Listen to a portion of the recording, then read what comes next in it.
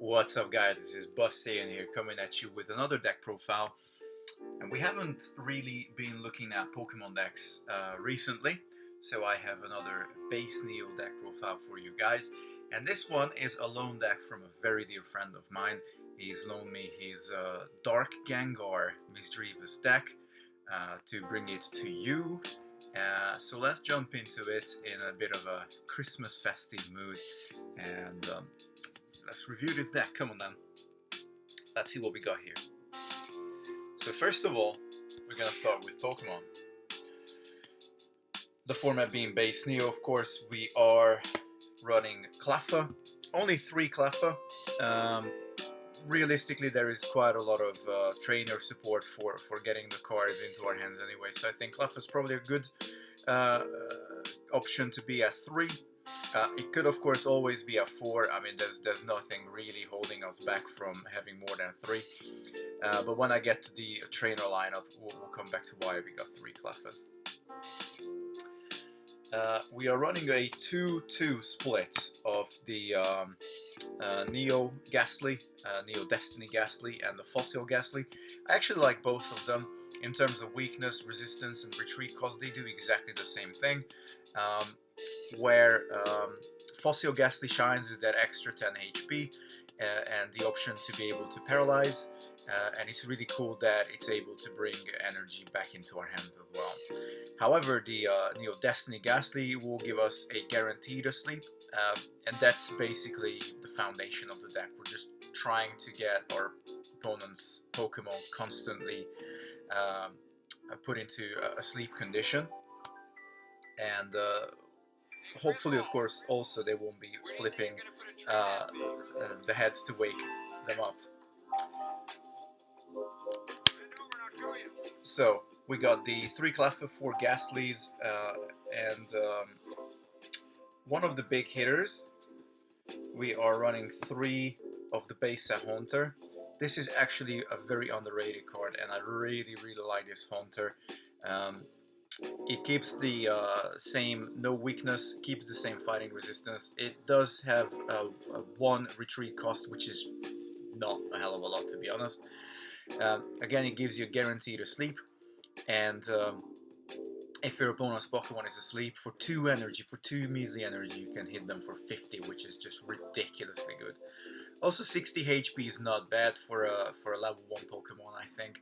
It's, I mean, not the best, but it's also nothing to be scoffed at, particularly with how easy it is to retreat your guys, and I mean, all your basics here, any of the basics that you want to see in your starting hand, they all have 0 retreat, which makes it very easy to sort of manipulate your own bench. And then we're running 1 Dark Haunter.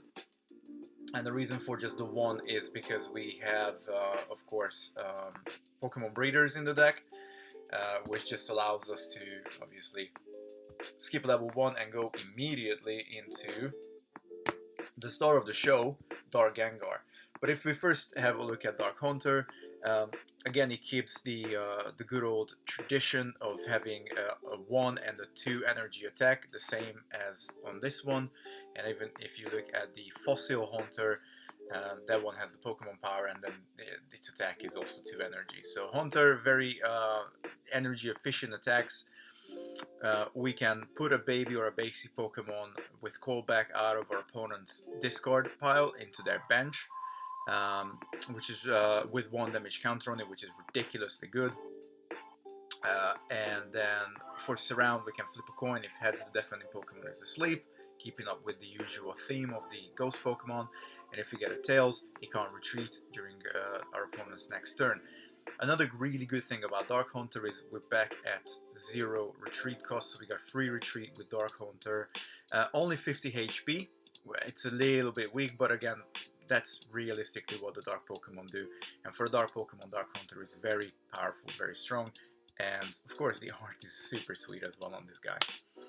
And then, as I said, the star of the show, Dark Gengar, not necessarily our main attacker, but we're running him for deep sleep, and we want to get this guy out ideally turn 2 to make sure that all our special conditions. Well, whenever we put our opponent's Pokemon to sleep, we'll have a tougher time because with Deep Sleep they have to flip 2 coins for that Pokemon to wake up. It also has Pull In, which is a ridiculously good attack. If your opponent has any bench Pokemon, you may choose one of them and switch it with the defending Pokemon, and the defending Pokemon will be asleep. You do this before doing damage or other effects to this attack. So you basically can pull out a baby that you've already put 1 damage counter on with Dark Haunter, or a basic, and then you can finish it off with Pull In. But again, with obviously being in a base Neo format, energy removal is pretty much in every deck. So actually building up for a pull-in can be quite difficult, but we got the guaranteed Pokemon power, which is just ridiculously good. And pull-in is nice if we get there, but it certainly isn't necessary to waste energies trying to build up a pull-in. If we, for any reason, have a Dark Hunter in play that already had to do energies and we just need a third one for pull-in, by all means, let's go for it. Ridiculously good about the deck lineup is, if you have a look, we got no weakness at all in the deck. And our final finisher is Misdreavus. We got 2 copies of Misdreavus. Again, no weakness, again fighting resistance, and just the 1 retreat cost. 50 HP, maybe not ridiculously high, but oh my god, this card is so strong. So with Night Eyes, we get a guaranteed a sleep condition. And then with 3 energy, which is a bit expensive, but we can build up to that. This is more like a late game card when we want to get into it. We can certainly have a lot of good punches in with Haunter. This is realistically just to make sure that we can potentially do like 1-hit KOs on those really big, really difficult cards, like running up against Chansey, running up against the Blastoise, Rain Dance deck, running up against an Alakazam damage swap deck. Peri's Song doesn't care about the HP of the Pokemon. As long as it's being attacked with Night Eyes and is asleep during the next turn, then Peri's Song is gonna KO that Pokemon. Super strong, super scary. Your opponent really needs to be thinking on their feet to be able to counteract Peri's Song, because if that comes down to hit, it's it. That's it. The Pokemon's gone. So Misdreavus is very, very strong. Works super well in this deck. It is actually a really, really nice looking card as well. If you have a look, just love the look of this card. Really sweet. And so this is our Pokemon lineup. Very nicely trimmed. I kind of like we only have 9 basics. I could maybe go up to 10 basics. The one thing I would say is I could potentially do with 1 more Cleffa. We could make space for it in the deck. But as a general lineup, I think this is very nice and indeed very powerful. I have had my fair share of playing against this deck. And you know, sometimes you just get caught out by Dream Eater. Ridiculously good.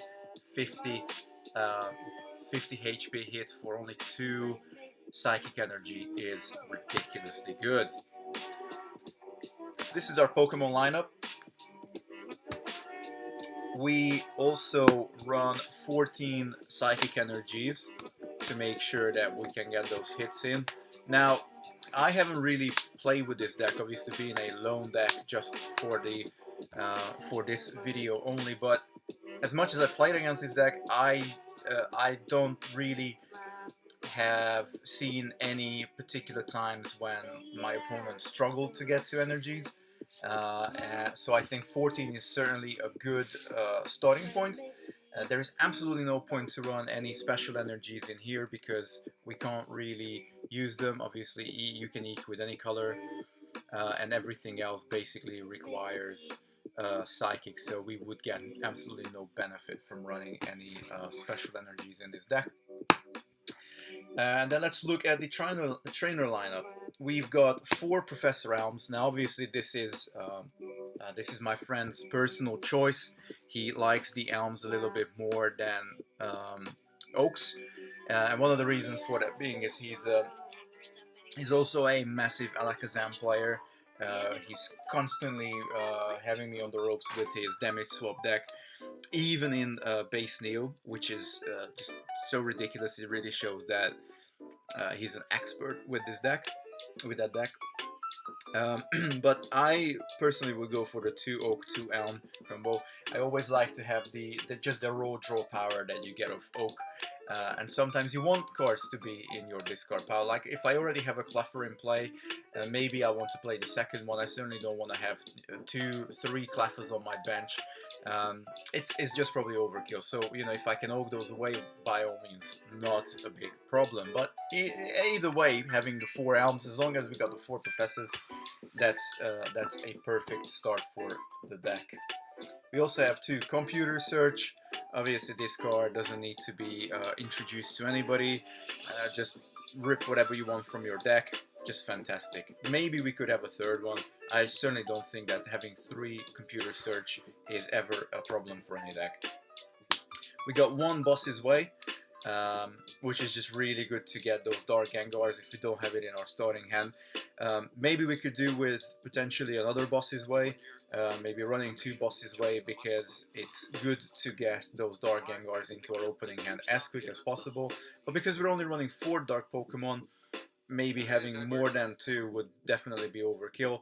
By the way, I love Boss's Way. It's such a sweet card. I always love to tech around with Dark Pokemon, and just to be able to play Boss's Way, get a Dark Pokemon out of our deck, right into the hand, is just fantastic.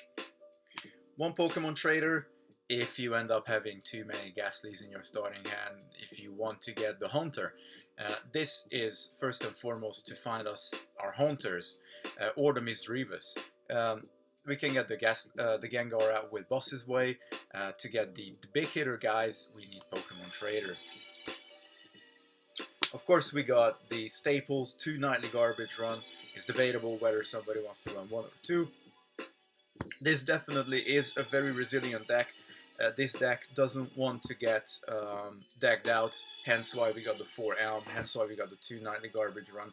We can also get energies back from the discard pile with Ghastly, with the Fossil Ghastly, so that's also fantastic as well. Very resilient deck indeed, and also hits very hard. 2 Pokemon Breeder. This is, as I mentioned, to get the Dark Gengars out, having to skip over Dark Haunter. Even though Dark Haunter is a very good Pokemon and it does do its job, especially if we start with a Ghastly, Dark Haunter, Dark Gengar lineup, we can perhaps hold back a little bit, make sure that we maybe are able to knock one of our opponent's Pokemon out, or they maybe discard something with Oak, put it into their discard, we can then bring it back with Dark Haunter, and then we can pull it out with Dark Haunter, then evolve into Gengar, third energy, and knock out that baby Pokemon or something. So that is ridiculously good. That's very, very strong. So this is all the support to get cards into our hand and get early into the evolution. Quite a strong lineup there. And then, of course, playing around with the deck, the control element comes with 2 Lass. Now this deck quite heavily relies on trainers, so that's why we're only seeing 2 Lasses. Although being able to draw into a Lass, if we really want the Lass, I would maybe run a third copy of Lass, but I think 2 is still a good spot, particularly with all the draw power we got in the deck. Finding the Lass, I don't think should really be a problem. And of course, some level of energy removal must be in every deck. Now, because we're only running with 14 energies, we haven't got any super energy removals in here. I would maybe consider running a 2-2 energy removal, 2 super energy removal lineup, just so we're able to set up a Misdreavus, or we're able to set up a Dark Gengar with the 3 energy. That could be quite important throughout the game, but we're not losing any energy with energy removal. But just having the 2 foil Ghastlies in there and the ability to get energies back from our graveyard, I think is definitely worthwhile considering, at least, to run 2 super energy removals. But that's just my opinion, of course. Now, because we got quite a lot of low HP basics, we got 4 Focus Bands here, which is just an amazing card. Very often we end up having these focus band battles where we got multiples out on Clefas and on our main heavy hitting Pokemon as well. So a 4 of focus band is basically a staple for any of our base Neo decks in our little world, in our little format. So absolutely necessary to run the 4. And then finally, we've got two. Well, not finally. We've got all the bench pressing, one double gust, one warp point, two gust of winds, and two switch. It's quite nice to see. It's quite refreshing actually to see this very versatile lineup. Quite often I find myself having a bit of a problem running a double gust. Um, if I have some Pokemon on my bench which have a high retreat cost, then it might be a little bit more difficult to double gust. With Warp Point, you do have the control of what you pull out, but also your opponent has a higher level of control of what they want to pull out. So just having the two Gust of Wind, having the two Switch in the deck is very nice. Just allows you to have a higher level of control over your own bench and your opponent's bench as well. And of course, let's not forget we also have all the Dark Gengar attack as well to be able to manipulate our opponent's bench. So there's a lot of bench pressing that's happening in his deck from a lot of different angles. So it makes the deck quite unpredictable. I think you never quite know what to expect. And realistically, with the two singles, we in effect get 4 Gust of Winds and 4 switches. They kind of work as both.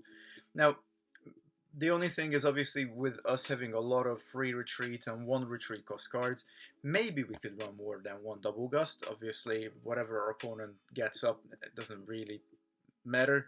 It's not a real big issue, yeah, as long as we're still able to free retreat back into whatever we want. But it's still a very strong lineup. It gives a lot of unpredictability to the deck.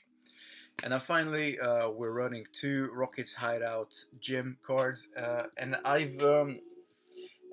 got very I went through this phase when I thought that Rockets Hideout is a really good stadium card, but it's very unreliable. If we got a Rockets Hideout out and our opponent swings into a Dark Haunter that has 5 damage counters on him, and we're keeping it alive with the Rockets Hideout, we're not going to be able to heal Haunter during our opponent's turn. We haven't got any Pokemon power in the deck to do so. So if our opponent plays a counter gym, removes Rocket's Hideout, they're just basically collecting a price card of our heavily injured Haunter. So even though I like the idea of Rocket's Hideout, and it's really thematic as well, having Gengar on it, and I would love to run this this particular stadium card if there was maybe some sort of attack in the deck that really stops our opponent from playing stadium cards, so we can keep the Rocket's Hideout in play. But you can really get burned with this particular stadium, so that's definitely something that's worthwhile considering whether we jump into running Rocket's Hideout. And it really shouldn't be a question of, well, we're running Dark Pokemon, let's run the Hideout, because it can really screw with our gameplay if our opponent gets it removed. It can give an immediate KO to our opponent, particularly if we also have like a Gengar on the bench that's got 70 HP or 80, 70 or 80 damage counters on him, 7 or 8 damage counters on him, then just removing the Rocket's Hideout could give our opponent 2 price cards right off the bat. So it's a very risky card, and I don't think the reward is big enough to be able to really help us. Perhaps Rocket's Hideout could be a little bit better if we've had just the generic Gengars in the deck for some damage, although that does our opponents. So we couldn't really run Alakazam because there will be too many stage 2s to support. So maybe just rocking up with a very simple deck like a Rocket's Minefield, which puts 2 damage counters on whatever we bench, or maybe just having some super energy removals, or having maybe a couple of gold berries could work better than rocking the Rocket's Hideout. But that's just my opinion. Obviously, it is something that is worth considering. But overall, all in all, overall, this is a very solid deck. I absolutely love the theme. I love that we've got ghost Pokemons on the limelight, and I am super excited to have had the opportunity to bring you guys another base Neo deck profile from the vaults. So tune in next time as well when I have a new video for you guys. But up until then, Saiyan signing out. Peace out, YouTube. Merry Christmas.